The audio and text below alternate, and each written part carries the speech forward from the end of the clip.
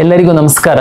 ಕರ್ನಾಟಕ ಪರೀಕ್ಷಾ ಪ್ರಾಧಿಕಾರದ ವತಿಯಿಂದ ಸಾಮಾನ್ಯ ಪ್ರವೇಶ ಪರೀಕ್ಷೆ ಬರೆದ ವಿದ್ಯಾರ್ಥಿಗಳಿಗೂ ಹಾಗೂ ಪೋಷಕರಿಗೂ ಕೆಲವೊಂದು ವಿಷಯಗಳನ್ನ ತಿಳಿಸುವಂತಹ ಪ್ರಯತ್ನ ಮಾಡ್ತಿದ್ದೀನಿ. ತಮ್ಗೆಲ್ಲರಿಗೂ ಗೊತ್ತಿರುವಂತೆ ಕಳೆದ ತಿಂಗಳು ತಾವು ಸಿಇಟಿ ಪರೀಕ್ಷೆಯನ್ನ ಬರೆದಿದ್ದೀರಿ. CBSE ವಿದ್ಯಾರ್ಥಿಗಳು ICSE, ICS ಮತ್ತೆ ಬೇರೆ ಬೇರೆ ರಾಜ್ಯದ ಬೋರ್ಡಿನ ಪರೀಕ್ಷೆಗಳನ್ನ ಬರೆದಂತ ವಿದ್ಯಾರ್ಥಿಗಳು ತಾವು ಸಿಇಟಿಯನ್ನ ಬರೆದಿರ್ತೀರಾ. ತಮ್ಗೆಲ್ಲರಿಗೂ ಗೊತ್ತಿರುವಂತೆ ಸಿಇಟಿ ರ್ಯಾಂಕ್ ಅನ್ನ ಕೊಡುವಂತದ್ದು PUCಯ 50% ಮಾರ್ಕ್ಸ್ ಮತ್ತೆ ಸಿಇಟಿಯ 50% ಮಾರ್ಕ್ಸ್ ಅನ್ನ ತೆಗೆದುಕೊಂಡು ನಾವು ವಿವಿಧ ಕೋರ್ಸ್ಗಳಿಗೆ ರ್ಯಾಂಕ್ ಅನ್ನ ಕೊಡ್ತೀವಿ. ಅದರಲ್ಲಿ ವೆಟರ್ನರಿಗೆ ತಮಗೆ ಗೊತ್ತಿರುವಂತೆ ಒಂದು ಸಿಇಟಿ PCB ಸಬ್ಜೆಕ್ಟ್ ಅನ್ನ ಆಧರಿಸಿ ಮಾತ್ರ ರ್ಯಾಂಕ್ ಕೊಡುವಂತದ್ದು. ಈ ಹಿಂದೆ CBSE ಮತ್ತೆ ICSE ಬೋರ್ಡಿನ ವಿದ್ಯಾರ್ಥಿಗಳಿಗೆ KE ವತಿಯಿಂದ ನಿಮ್ಮ PUC ಮಾರ್ಕ್ಸ್ ಅನ್ನ ಎಂಟ್ರಿ ಮಾಡಲಿಕ್ಕೆ ನಾವು ಅವಕಾಶವನ್ನ ಮಾಡಿಕೊಡ್ತಿದ್ವಿ. ಈ ಬಾರಿ ನಾವು CBSE ಮತ್ತೆ ICSE ಬೋರ್ಡ್ ಇಂದ ನಾವು ತಮ್ಮ ಅಂಕಗಳನ್ನ PUC ಅಂಕಗಳನ್ನ ನಾವು ತೆಗೆದುಕೊಂಡು ನಾವೇನೆ ಅಪ್ಡೇಟ್ ಮಾಡ್ತಾ ಇದೀವಿ. ಹಾಗಾಗಿ ತಾವ್ಯಾರನ್ನು ನಿಮ್ಮ PUC ಅಂಕಗಳನ್ನ KE ವೆಬ್ಸೈಟ್ ಅಲ್ಲಿ ಅಪ್ಡೇಟ್ ಮಾಡುವಂತಹ ಅಗತ್ಯವಿಲ್ಲ. ತುಂಬಾ ವಿದ್ಯಾರ್ಥಿಗಳು ಕೇಳ್ತಾ ಇರುವಂತದ್ದಕ್ಕೆ ತಮಗೆ ತಿಳಿಸ್ಬೇಕು ಅಂತೇಳಿ ನಾನು ವಿಡಿಯೋ ಮೂಲಕ ನಾನು ತಮಗೆ ತಿಳಿಸ್ಲಿಕ್ಕೆ ಇಚ್ಛೆ ಪಡ್ತೀನಿ. ಬೇರೆ ರಾಜ್ಯದ ವಿದ್ಯಾರ್ಥಿಗಳು ಕೆಲವರು ಇದ್ದಾರೆ, ಅಂದ್ರೆ ಬೇರೆ ಬೇರೆ ರಾಜ್ಯದ ಬೋರ್ಡ್ ಪರೀಕ್ಷೆ, ಅಂದ್ರೆ ಉದಾಹರಣೆಗೆ ಹೊರನಾಡು ಕನ್ನಡಿಗರು, ಗಡಿನಾಡು ಕನ್ನಡಿಗರು ಏನಿದ್ದೀರಾ, ತಾವು ಬೇರೆ ರಾಜ್ಯದ ಬೋರ್ಡಿನ ಪರೀಕ್ಷೆಯನ್ನ ಬರೆದಿರ್ತೀರಾ. ಆ ರಾಜ್ಯದ ಬೋರ್ಡ್ ಇಂದ ಎಲ್ಲ ನಾವು ಮಾಹಿತಿ ಪಡೆಯುವಂಥದ್ದು ಕಷ್ಟ ಆಗಿರೋದ್ರಿಂದ ತಮ್ಗಳಿಗೆ ಮಾತ್ರ ನಾವು ಲಿಂಕ್ ಅನ್ನ ಬಿಟ್ಟಿದೀವಿ ನಿಮ್ಮ PUC ಅಂಕಗಳನ್ನ ಅಪ್ಡೇಟ್ ಮಾಡುವಂಥದ್ದಕ್ಕೆ. ಇನ್ನೊಮ್ಮೆ ರಿಪೀಟ್ ಮಾಡ್ತೀನಿ, ಕರ್ನಾಟಕ ರಾಜ್ಯದಲ್ಲಿರುವಂತಹ CBSE, ICSE ಮತ್ತೆ ಕರ್ನಾಟಕ PU ಬೋರ್ಡ್ ನಡೆಸುವಂತಹ ಈ 3 ಬೋರ್ಡ್ ಇಲ್ಲಿ ನಡೆದಿರುವಂತಹ ಪರೀಕ್ಷೆಗಳಲ್ಲಿ ತಾವು PUC ಪಾಸ್ ಆಗಿರುವಂತವರ ಅಂಕಗಳನ್ನ ನಾವು ಸಂಬಂಧಪಟ್ಟ ಬೋರ್ಡ್ಗಳಿಂದನೇ ತೆಗೆದುಕೊಳ್ತೀವಿ.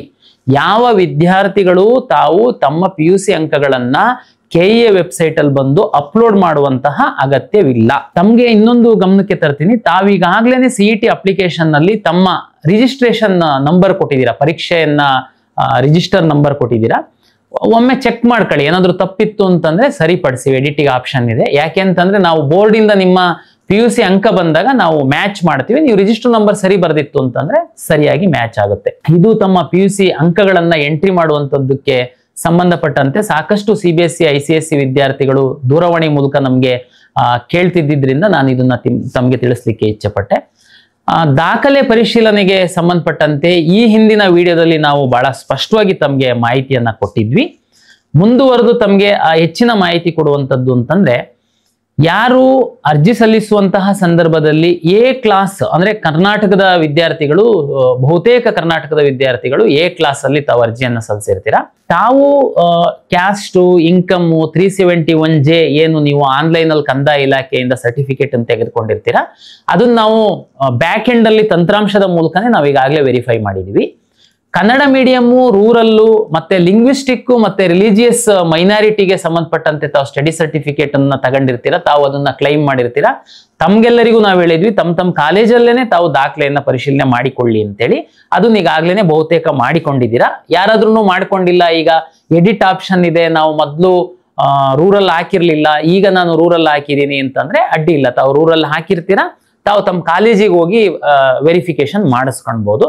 ಒಂದ್ಸರಿ ಪ್ರಿನ್ಸಿಪಾಲ್ ತಮ್ಮ ಒಂದು ದಾಖಲೆಗಳನ್ನ ಪರಿಶೀಲನೆ ಮಾಡಿ ಅವ್ರ ಲಾಗಿನ್ ನಲ್ಲಿ ಹೋಗಿ ವೆರಿಫೈಡ್ ಅಂತ ಕೊಡ್ತು ಅಂತಂದ್ರೆ ನಂತರ ತಾವು ತಮ್ಮ ಅಪ್ಲಿಕೇಶನ್ ನೋಡಿದ್ರೆ ಕ್ಲೈಮ್ಡ್ ವೆರಿಫೈಡ್ ಅಂತ ಬಂದಿರುತ್ತೆ. ಉದಾಹರಣೆಗೆ ನಾವು ತಮ್ಮ ಅಪ್ಲಿಕೇಶನ್ ನಲ್ಲಿ rural claimed verified, Kannada medium claimed verified ಅಂದ್ರೆ ವೆರಿಫೈ ಆಗಿದೆ, ಅದು ಸರಿ ಇದೆ ಅಂತ ನಿಮ್ಮ ರಿಸರ್ವೇಶನ್ ಕನ್ಸಿಡರ್ ಆಗುತ್ತೆ.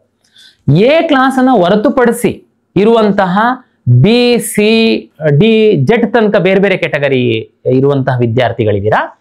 ತಮ್ಗೆ 5ನೇ ತಾರೀಕಿಂದ 15ನೇ ತಾರೀಕಿನವರೆಗೆ, ಇವತ್ತಿನವರೆಗೆ ತಾವು ಸ್ಲಾಟ್ ಅನ್ನು ಬುಕ್ ಮಾಡಿ ತಾವು KEಗೆ ಬಂದು ದಾಖಲೆಗಳನ್ನ ಪರಿಶೀಲನೆ ಮಾಡ್ಕೊಳ್ಳುವಂಥದ್ದಕ್ಕೆ ತಮ್ಗೆ ತಿಳಿಸಿದ್ವಿ. ಸಾಕಷ್ಟು ವಿದ್ಯಾರ್ಥಿಗಳಿಗಾಗಲೇ ಮಾಡಿಸ್ಕೊಂಡಿದ್ದೀರಾ. ಮುಂದುವರೆದು ಅದನ್ನ 20ನೇ ತಾರೀಕಿನ ತನಕ ನಾವು ದಿನಾಂಕವನ್ನ ವಿಸ್ತರಿಸಿದೀವಿ. ಯಾರಾದ್ರೂ ದಾಖಲೆ ಪರಿಶೀಲನೆ ಮಾಡ್ಕೊಂಡಿಲ್ಲ ಅಂತಂದ್ರೆ ತಾವು 20ನೇ ತಾರೀಕಿನ ತನಕ KE ವೆಬ್ಸೈಟ್ ಅಲ್ಲಿ ಹೋಗ್ಬಿಟ್ಟು ಅಪಾಯಿಂಟ್ಮೆಂಟ್ ತಗೊಂಡು ತಾವು ದಾಖಲೆಯನ್ನ ಪರಿಶೀಲನೆ ಮಾಡಿಕೊಳ್ಳಬಹುದು.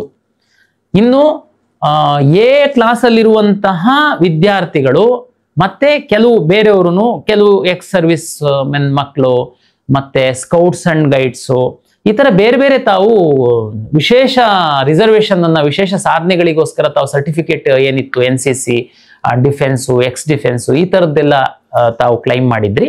ತಮ್ಗಳಿಗೆ ದಾಖಲೆಯನ್ನ ಸಲ್ಲಿಸುವಂತದಕ್ಕೆ ನಾವು ಹೇಳಿದ್ವಿ. ಈಗಾಗ್ಲೇನೆ ದಾಖಲೆಗಳನ್ನ ಸಲ್ಲಿಸಿದಿರ ಪ್ರಾಧಿಕಾರಕ್ಕೆ. ತಾವು ಕೊಟ್ಟಿರುವಂತಹ ದಾಖಲೆಗಳನ್ನ ಆಯಾಯ ಇಲಾಖೆಗೆ, ಉದಾಹರಣೆಗೆ ಡಿಫೆನ್ಸ್ ಕ್ಲೈಮ್ ಮಾಡಿತ್ತು ಅಂತಂದ್ರೆ ಆ ಡಿಫೆನ್ಸ್ ಅವರಿಗೆ ನಾವು ಕಳಿಸಿ ಪರಿಶೀಲನೆ ಮಾಡಿ ನಿಮ್ಮ ರಿಸರ್ವೇಶನ್ ನೀವು ಎಲಿಜಿಬಲ್ ಇದ್ದೀರಾ ಇಲ್ವಾ ಅನ್ನುವಂಥದ್ದು ನಾವು ಸದ್ಯದಲ್ಲೇನೆ ವೆಬ್ಸೈಟ್ ಅಲ್ಲಿ ಪಬ್ಲಿಷ್ ಮಾಡ್ತೀವಿ. ಸ್ಪೋರ್ಟ್ಸ್ ಕ್ಲೈಮ್ ಮಾಡಿರುವಂತಹ ವಿದ್ಯಾರ್ಥಿಗಳಿಗೆ ಒಂದು ವಿಶೇಷವಾದ ಮಾಹಿತಿ. ತಮಗೆ ಇಲ್ಲಿವರೆಗೆ ನಾವು ಸ್ಲಾಟ್ ಕೊಟ್ಟಿರಲಿಲ್ಲ. ನಾಳೆಯಿಂದ 20ನೇ ತಾರೀಕಿನ ತನಕ ಸ್ಪೋರ್ಟ್ಸ್ ಕ್ಲೈಮ್ ಮಾಡಿರುವಂತಹ ವಿದ್ಯಾರ್ಥಿಗಳ ದಾಖಲೆ ಪರಿಶೀಲನೆಯನ್ನ ಪ್ರಾಧಿಕಾರದ ವತಿಯಿಂದ ನಡೆಸಲಾಗ್ತಾ ಇದೆ. ಯುವಜನ ಮತ್ತು ಕ್ರೀಡಾ ಇಲಾಖೆ ಅಧಿಕಾರಿಗಳು ಇಲ್ಲಿ ಬಂದು ನೀವು ಏನು ರಾಜ್ಯ, ರಾಷ್ಟ್ರ ಮತ್ತು ಅಂತಾರಾಷ್ಟ್ರೀಯ ಮಟ್ಟದಲ್ಲಿ ತಾವು ಏನು ಸರ್ಟಿಫಿಕೇಟ್ ಮೆಡಲ್ಸ್ ಪಡೆದಿರ್ತೀರಾ ಆ ದಾಖಲೆಗಳನ್ನ ನೀವು ತೆಗೆದುಕೊಂಡು ಬಂದ್ರೆ ಅವರು ಪರಿಶೀಲನೆ ಮಾಡಿ ತಾವು ಸ್ಪೋರ್ಟ್ಸ್ ಕೋಟಾದಲ್ಲಿ ಸೀಟ್ ಪಡಿಲಿಕ್ಕೆ ಎಲಿಜಿಬಲ್ ಇದೀರಾ ಇಲ್ವಾ ಅನ್ನುವಂಥದ್ದನ್ನ ತಿಳಿಸ್ತಾರೆ. ದಯಮಾಡಿ ಸ್ಪೋರ್ಟ್ಸ್ ಕ್ಲೈಮ್ ಮಾಡಿರುವಂತಹ ವಿದ್ಯಾರ್ಥಿಗಳು ತಾವು KEA ವೆಬ್ಸೈಟ್ ಅಲ್ಲಿ ಹೋಗಿ ನಾಳೆಯಿಂದ ತಾವು 20ನೇ ತಾರೀಕಿನ ತನಕ ಅಪಾಯಿಂಟ್ಮೆಂಟ್ ತಗೊಳ್ಬಹುದು. ತಾವು ಅಪಾಯಿಂಟ್ಮೆಂಟ್ ತಗೊಂಡು ಪೂರಕ ದಾಖಲೆಗಳೊಂದಿಗೆ ತಾವು ಕರ್ನಾಟಕ ಪರೀಕ್ಷಾ ಪ್ರಾಧಿಕಾರದ ಕಚೇರಿಗೆ ಬಂದ್ರೆ ನಾವು ದಾಖಲೆಯನ್ನ ಪರಿಶೀಲನೆಯನ್ನ ಮಾಡ್ತೀವಿ. ಇದು ಸ್ಪೋರ್ಟ್ಸ್ಗೆ ಸಂಬಂಧಪಟ್ಟಂತೆ. ಬಹುತೇಕ ದಾಖಲೆ ಪರಿಶೀಲನೆಗೆ ಸಂಬಂಧಪಟ್ಟಂತೆ 20ನೇ ತಾರೀಕೊಳಗೆ ನಮ್ದು ಎಲ್ಲದನ್ನು ಮುಗಿಯುತ್ತೆ.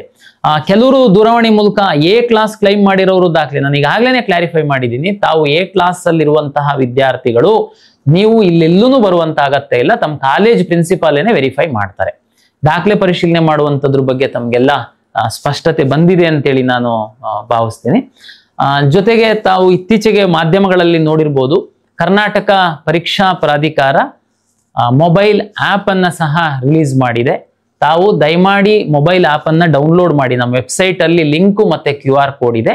ನಾವು ಯಾವುದೆಲ್ಲ ಹೊಸ ಹೊಸ ಮಾಹಿತಿಗಳು ಬರುತ್ತೆ ತಮಗೆ ಮುಟ್ಟಿಸ್ಬೇಕು ಅಂತ ಹೇಳಿದೆ ಅದನ್ನ ನಾವು ಈ ಮೊಬೈಲ್ ಆಪ್ ಅಲ್ಲಿ ಅಪ್ಲೋಡ್ ಮಾಡ್ತಾ ಇರ್ತೀವಿ. ನಿಮಗೆ ನೋಟಿಫಿಕೇಶನ್ ಡಿಸ್ಪ್ಲೇ ಆಗುತ್ತೆ, ಅದರಿಂದ ನಿಮಗೆ ಸಹಾಯ ಆಗುತ್ತೆ ಅಂತೇಳಿ ನಾನು ಭಾವಿಸ್ತೀನಿ. ಜೊತೆಗೆ ಈಗೇನ್ ತಾವು ನೋಡ್ತಾ ಇದ್ದೀರಾ ಯೂಟ್ಯೂಬ್ ಚಾನಲ್, ನಾವು ವಿದ್ಯಾರ್ಥಿಗಳು ಮತ್ತು ಪೋಷಕರಿಗೆ ಮಾಹಿತಿಗೋಸ್ಕರ ನಾವು KEA ವತಿಯಿಂದ ಅಧಿಕೃತವಾಗಿ ಈ ಯೂಟ್ಯೂಬ್ ಚಾನಲ್ ಅನ್ನ ಶುರು ಮಾಡಿದೀವಿ. ನಾವು ನಿರಂತರವಾಗಿ ಹೊಸ ಹೊಸ ಮಾಹಿತಿ ತಮಗೆ ಅನುಕೂಲ ಆಗುವಂತದ್ದು ಏನಿದೆ ಅದನ್ನ ಕೊಡುವಂತ ಕೆಲಸವನ್ನ ನಾವು ಮಾಡ್ತೀವಿ. KEA ಯೂಟ್ಯೂಬ್ ಚಾನಲ್ಗೆ ಸಹ ತಾವು ಸಬ್ಸ್ಕ್ರೈಬ್ ಆಯ್ತು ಅಂತಂದ್ರೆ ನಿಮಗೆ ಒಳ್ಳೆ ರೀತಿಯ ಸರಿಯಾದ ಮಾಹಿತಿ ಸಿಗುವಂತದಕ್ಕೆ ಸಹಾಯ ಆಗುತ್ತೆ. ತುಂಬಾ ವಿದ್ಯಾರ್ಥಿಗಳಿಗೆ ರಿಸಲ್ಟ್ ಬಗ್ಗೆ ಕುತೂಹಲ ಇದೆ. ನಿಮ್ಗೆಲ್ಲ ಗೊತ್ತಿರುವಂತೆ ನಾವು PUCಯ 50% ಅಂಕಗಳನ್ನ ಮತ್ತೆ CET 50% ಅಂಕಗಳನ್ನ ಪರಿಗಣಿಸಿ ರ್ಯಾಂಕ್ ಅನ್ನ ನಾವು ನೀಡುವುದರಿಂದ ಕರ್ನಾಟಕ ರಾಜ್ಯ ಸರ್ಕಾರ ಏನು ಕಳೆದ ವರ್ಷದಿಂದ PUC ವಿದ್ಯಾರ್ಥಿಗಳಿಗೆ 3 ಪರೀಕ್ಷೆಗಳನ್ನ ಮಾಡ್ತಾ ಇದೆ. ನಾವೀಗಾಗ್ಲೇನೆ ತೀರ್ಮಾನ ಮಾಡಿರುವಂತೆ ಬೆಸ್ಟ್ ಆಫ್ 2 ತಾವು ಈಗಾಗಲೇ ಒಂದು ಪರೀಕ್ಷೆ ಬರೆದಿದ್ದೀರಾ, ಇನ್ನೊಂದು ಪರೀಕ್ಷೆ ಬರೆದು ಈಗ ವ್ಯಾಲ್ಯೂಯೇಷನ್ ನಡೀತಾ ಇದೆ. PU ಬೋರ್ಡಿನ ಕರ್ನಾಟಕ ರಾಜ್ಯದ PU ಬೋರ್ಡಿನ 2ನೇ ಪರೀಕ್ಷೆಯ ಫಲಿತಾಂಶ ಪ್ರಕಟವಾದ ನಂತರ ಅವರು ನಮಗೆ ಬೆಸ್ಟ್ ಆಫ್ 2 ರಿಸಲ್ಟ್ ಅನ್ನ ಕೊಡ್ತಾರೆ. ಆ ಮಾರ್ಕ್ಸ್ ಅನ್ನ ತೆಗೆದುಕೊಂಡು ನಾವು CET 50% ತಗೊಂಡು ನಾವು ರಿಸಲ್ಟ್ ಬಿಡುವಂತದ್ದು. ಹಾಗಾಗಿ ನಮ್ಮ ಕಡೆಯಿಂದ ಎಲ್ಲ ಪ್ರಕ್ರಿಯೆ ಮುಗಿದಿದೆ. ನಾವು PU 2ನೇ ಪರೀಕ್ಷೆಯ ಫಲಿತಾಂಶ ಪ್ರಕಟವಾದ ನಂತರ ಅವರು ನಮಗೆ ಡಾಟಾ ಕೊಟ್ಟ ನಂತರ ನಾವು ರಿಸಲ್ಟ್ ಅನ್ನ ಬಿಡುಗಡೆ ಮಾಡ್ತೀವಿ. ತಾವು ಈ ಮುಂದಿನ ವಾರದಲ್ಲಿ ಆ ಎಲ್ಲ ಪ್ರಕ್ರಿಯೆ ಮುಗಿಯುವಂತಹ ಸಾಧ್ಯತೆ ಇದೆ. ಹಾಗಾಗಿ ತಾವು ಈಗ ಸದ್ಯಕ್ಕೆ ದಾಖಲೆಯನ್ನ ಸರಿಯಾಗಿ ಇಟ್ಟುಕೊಳ್ಳುವಂಥದ್ದು ಹಾಗೂ ಮುಂದೆ ತಾವು ಯಾವ ಕೋರ್ಸ್ಗಳನ್ನ ಆಯ್ಕೆ ಮಾಡಿಕೊಳ್ಬೇಕು, ಯಾವ ಕಾಲೇಜು, ಈ ಬಗ್ಗೆ ಹೆಚ್ಚು ತಾವು ಸ್ಟಡಿ ಮಾಡುವಂಥದ್ದಕ್ಕೆ ಎಲ್ಲ ಮಕ್ಕಳು ಮತ್ತೆ ಪೋಷಕರಲ್ಲಿ ನಾನು ಪ್ರಾಧಿಕಾರದ ವತಿಯಿಂದ ವಿನಂತಿಯನ್ನ ಮಾಡಿಕೊಳ್ತೇನೆ. ಎಲ್ಲರಿಗೂ